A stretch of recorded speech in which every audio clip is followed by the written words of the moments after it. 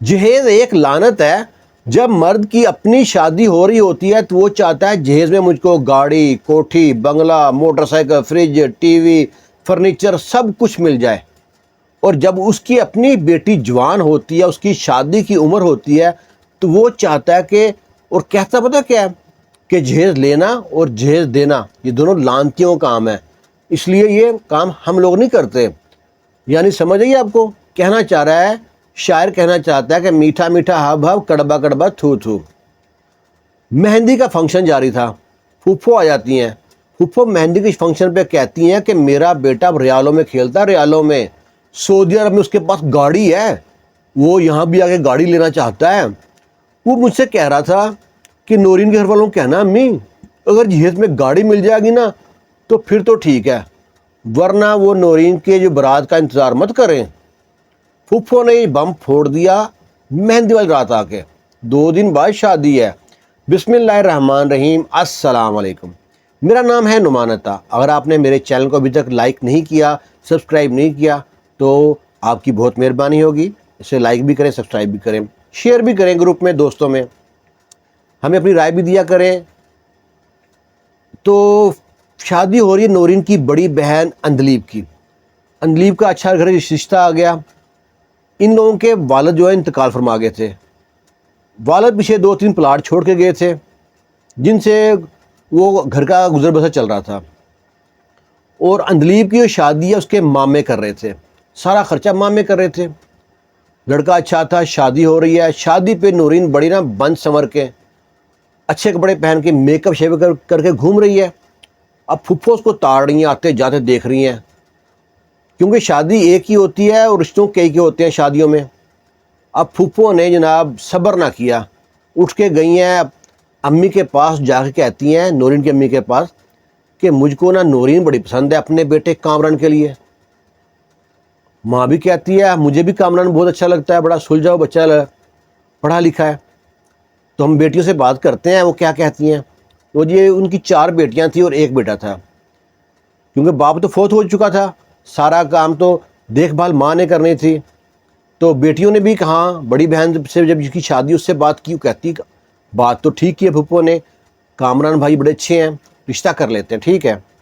لو جی اسی فنکشن پہ، شادی والے فنکشن پہ ہی نا انگوٹھیاں پہنا دی کامران کی اور نورین کی منگنی ہو گئی.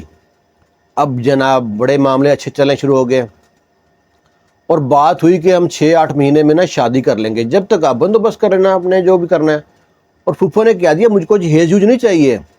اب مجھے آپ کا گھر کے حالات پتہ ہے، گھر میں ان بچیوں کے سر پہ باپ کا سایہ تو ہے نہیں ہے، آپ نے بڑی مشکل سے پالا ہے ان کو، تو آپ جو 2 جوڑوں میں بچی بھیجیں گی تو مجھے منظور ہے.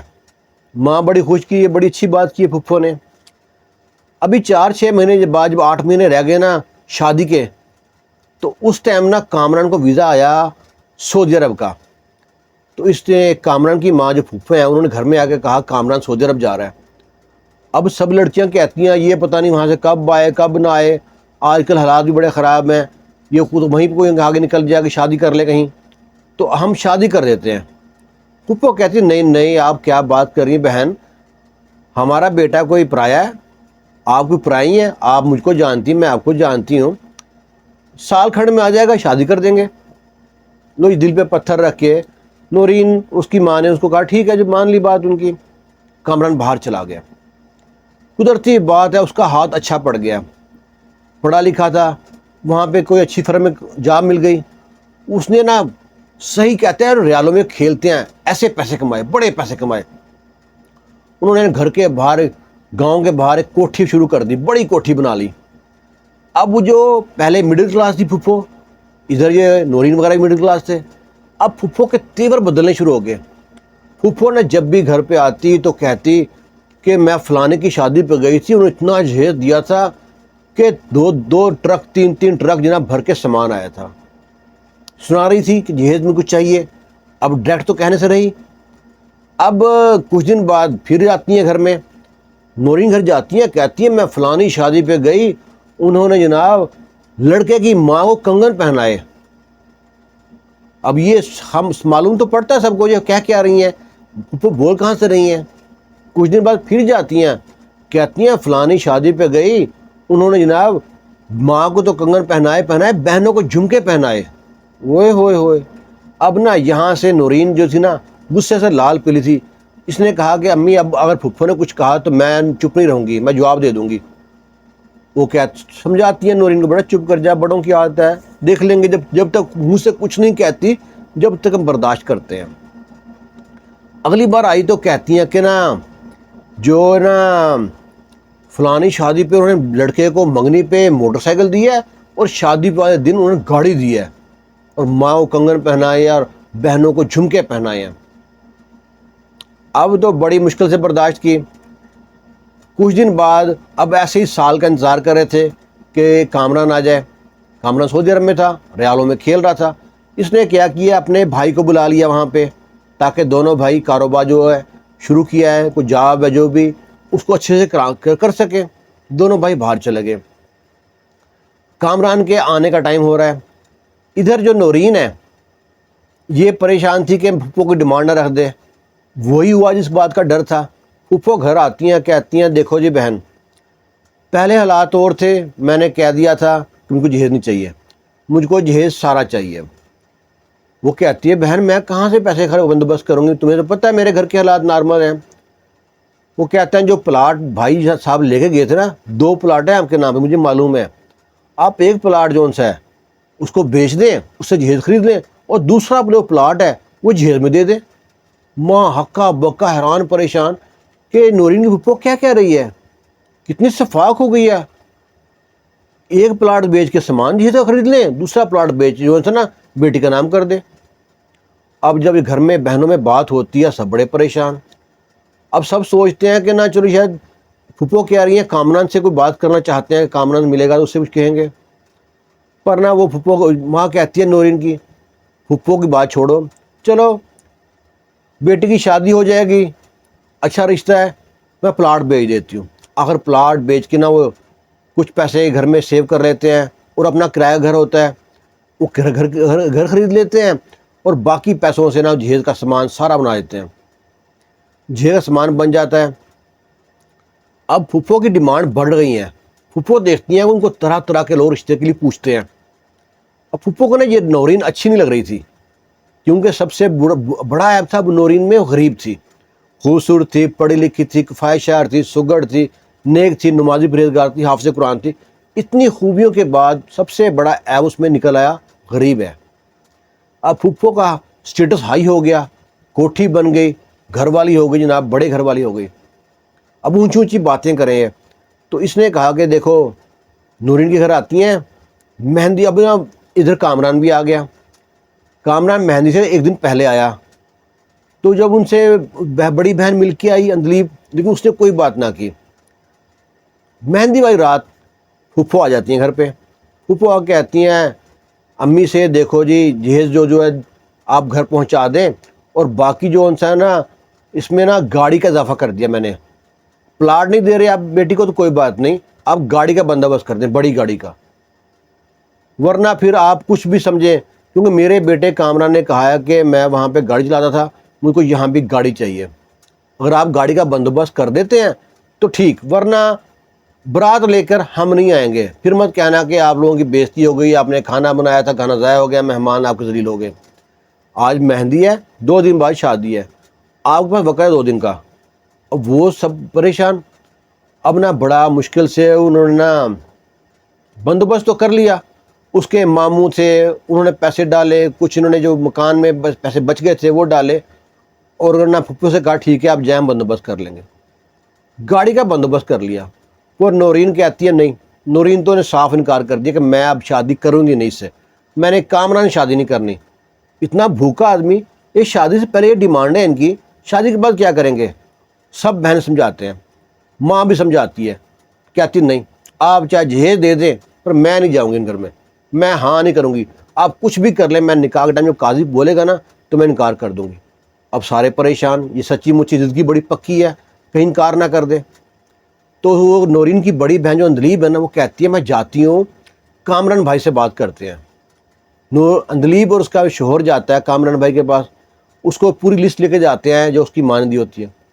کہتے ہیں کامران بھائی آپ کو سارے ہمارے گھر کے حالات پتہ ہیں، ابو فوت ہو گئے تھے، 2 پلاٹ تھے، وہ سوچا تھا ہم ان پہ کچھ گھر بنا لیں گے یا ان کو بیچ کچھ کاروبار کر لیں گے، تو میری شادی ماموں وغیرہ نے کر دی۔ اب آپ کی امی نے پہلے کوئی ڈیمانڈ نہیں کی، اب دیکھیں اتنی بڑی لسٹ آپ کی ماں نے دی ہے، اس میں اب ہم نے بڑی مشکل سے جو سارے پیسے تھے ماموں نے سب نے رشتہ ڈالے ہیں، تو گاڑی کا بندوبست کیا ہے۔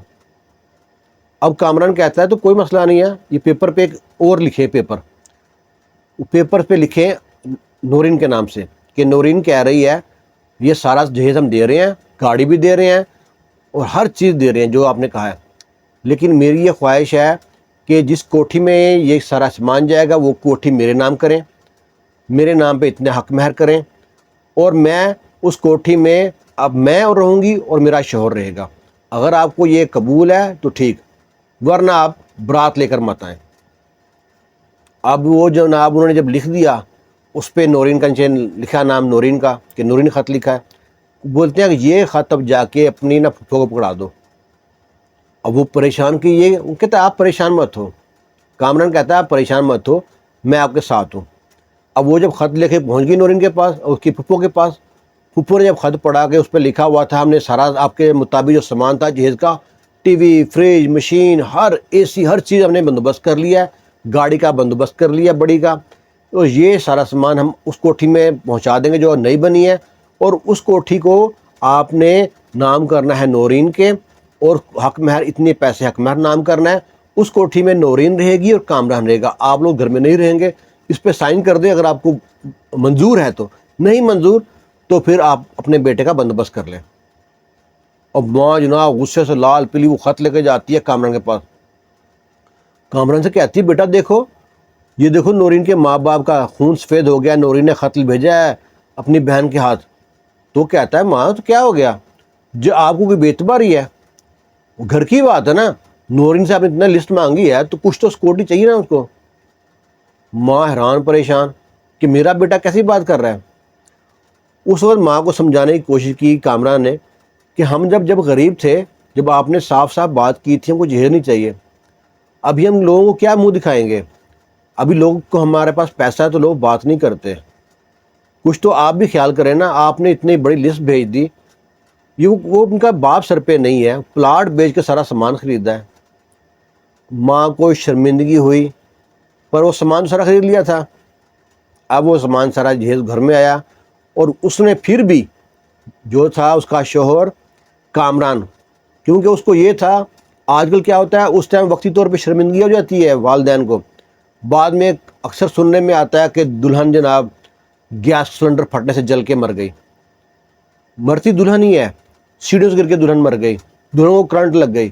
اس نے سارا جو مکان تھا اس کے نام کیا، نورین کے نام، جو کوٹھی بنائی تھی نورین کے نام کی، اچھی خاصی رقم اس کے حق مہر میں اس کے نام کی، اور لکھ دیا کہ اس کو اگر شادی کے بعد کبھی بھی کوئی مسئلہ آئے تو اس کے سسرال والے، شوہر، ساس، نند وغیرہ وہ ذمہ دار ہوں گے۔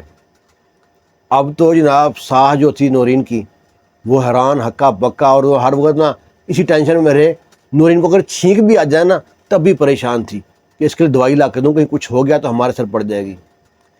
اگر مرد اگر اپنے پاؤں پہ تھوڑی ہمت سے کھڑا ہو جائے نا تو سارے کام ٹھیک ہو جاتے ہیں، کیونکہ مرد خود اندر سے لالچی ہوتا ہے، وہ چاہتا ہے اس کو جہیز میں یہ سامان ملے، گاڑی ملے، بیڈ ملے، فریج ملے، صوفہ ملے، اے سی ملے، موٹر سائیکل ملے، ہر چیز جہیز میں ملے۔ وہاں پہ وہ مرد سمجھدار تھا، پیسے کما لیے تھے۔ بات نا پیسے کمانے کی بھی نہیں ہوتی، جتنے امیر ہوتے ہیں نا اتنے کنجوس ہوتے ہیں، کہتے ہیں نا پنجابی میں جنا اچا اونا لچا۔ ہم نے تو یہی دیکھا ہے، غریب لوگ پھر بھی حیا شرم کرتے ہیں، امیر لوگ حیا شرم نہیں کرتے، ان میں بے ضمیر ہوتے ہیں، درد نہیں ہوتا ان کو۔ تو یہ ہے کہانی قصور کا ایک واقعہ۔ آپ کو اس کو اچھا لگا نا تو لوگوں میں، دوستوں میں، گروپوں میں شیئر لازمی کیجیے گا۔ خوش رہیں، شاد رہیں، آباد رہیں۔ اللہ حافظ۔